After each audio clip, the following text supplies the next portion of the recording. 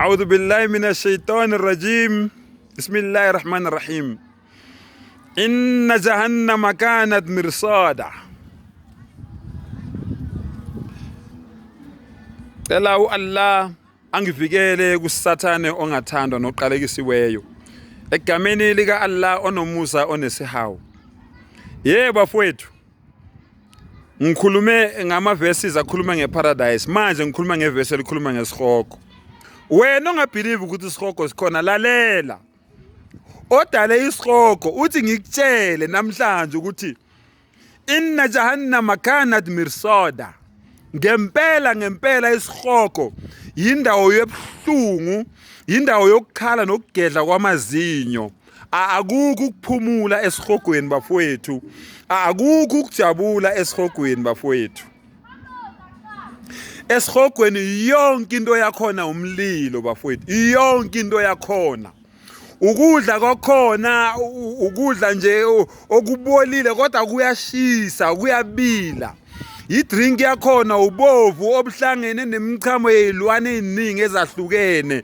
Idrink yakhona ubovu kuhlangene kuyabhadla bafowethu. Iroof yakhona umlilo, isilingi yakhona umlilo. Ifloor yakhona umlilo, ubonda lakhona umlilo. Umbhede wakhona umlilo bafowethu, impahla zakhona umlilo, intaba zakhona umlilo, imigexo yakhona umlilo. Ayikho into engewona umlilo esihogweni. Uthi umdali balekani, zamani ngayo yonke indlela ukuthi ningaye esihogweni. Ngoba isihogo yindawo yokukhala nokugedla kwamazinyo.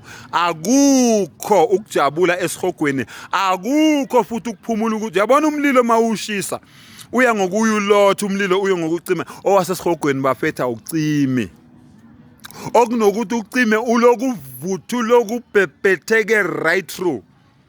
Cabanga makuthiwa umuntu ozobe sesihogweni izinyo lakhe elilodwa lobe lilingana nentaba, umuntu ongakanani loyo? Elilodwa izinyo njengoba wami nithi nje agqagqene njengoba niyabona. Uyabona mancane kanjani kuthiwa umuntu osesihogweni izinyo lakhe elilodwa lobe lilingana nentaba.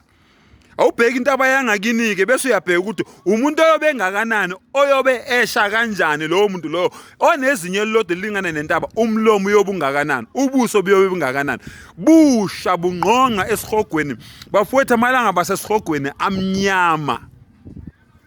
Esihogweni uyobe ublind, uyobe uyimpumputhu, uyobe ungaboni. Uyongena esihogweni uhudulwa, inyawo ziphezulu, uhudula ungena uhamba ngekhanda phansi bafowethu.